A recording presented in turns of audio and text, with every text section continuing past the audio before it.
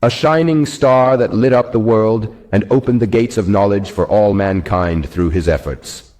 And from the unknown, he unveiled the truths of sciences, connecting each field to its scholar and acknowledging every learned individual who contributed to knowledge, except that Imam Jafar al-Sadiq, a unique scholar and a marvel of the ages for humanity, was his student, a divine gift.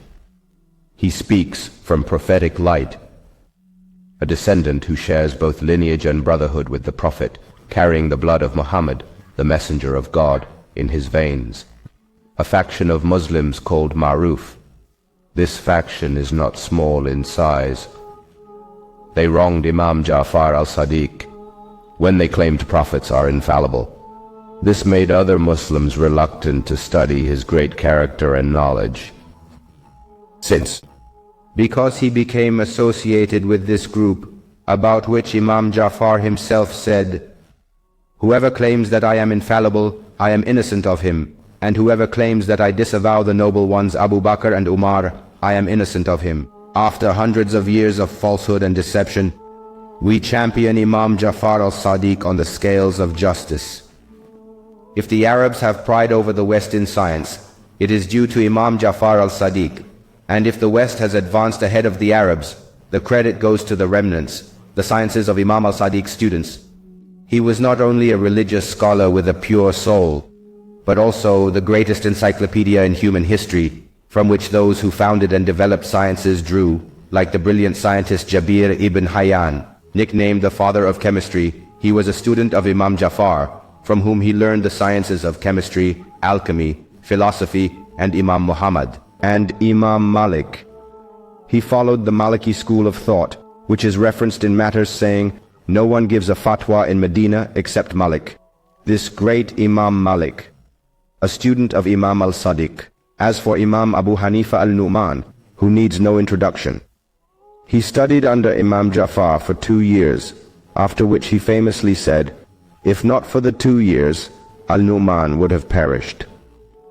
Abu Bakr al-Razi, who is considered one of the greatest medical scholars of the Middle Ages, the author, whose books contributed to the advancement of medical sciences, received his knowledge from the works of Jabir ibn Hayyan, a student of Imam al-Sadiq, known to both the near and the far.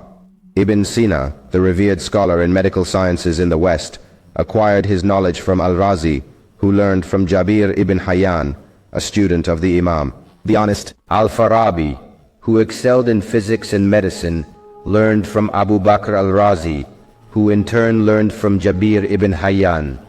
The life of the distinguished Imam al-Sadiq and the abode of the unknown al-Biruni. The science of medicine and mathematics, the genius whose knowledge was derived from the sciences of al-Razi, who learned from Jabir ibn Hayyan, the distinguished Imam al-Sadiq, and al-Khwarizmi. What do you know about al-Khwarizmi, the unique mathematician? Attributed to him is the founding of algebra, and from his innovations emerged the algorithms of current technology. Al-Khwarizmi was influenced by the scholars who studied under Imam al-Sadiq. Al-Hasan ibn al-Haytham, whose fame reached great heights, was a mathematician and the founder of optics, known for his theories on the nature of light, the universe, galaxies, and the movement of celestial stars. Studying in Baghdad, which was once the beacon of knowledge in the world, with the innovations of Imam Sadiq's students. Especially captivating was Al-Hasan ibn al-Haytham, with the theory of light reflection, one of the theories proposed by Imam Jafar, and among Imam Jafar's students as well. Sufyan al-Thawri, the ascetic scholar, and the well-known scholar Abdullah ibn al-Mubarak, among many others. Not only that, but he was also known among the people of his time for the qualities of the Prophet, trustworthiness and honesty, to the extent that he became famous as Imam Jafar. Al-Sadiq was well versed in the sciences of astronomy and natural sciences, which were later divided into biology, chemistry, and physics. Al-Sadiq's assembly included many scholars from various branches of science.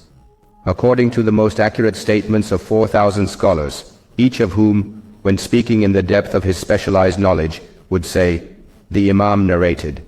In one of the instances that illustrate Imam al-Sadiq's mastery in sciences, he was explaining the verse that mentioned the transportation of the throne of Bilqis, Queen Sheba, to our master Solomon, In the name of God, the most gracious, the most merciful. Then the one who had knowledge from the book said, I will bring it to you before your glance returns to you. Imam Jafar said that Asif ibn Barkhia, who brought the throne of Bilqis to Solomon, had knowledge from the book. By Allah, there is no deity but Him. We, the family of the Prophet, possess the knowledge of the entire book. That is not too much for him. He is the son of the inheritance of divine knowledge, and one of them is Imam Jafar al-Sadiq, son of Imam Muhammad, son of Imam Ali Zain al-Abidin, son of Imam Hussein, son of Imam Ali ibn Abi Talib, the gate of the city of knowledge, and al-Zahra, the beloved of the master of existence, peace be upon him.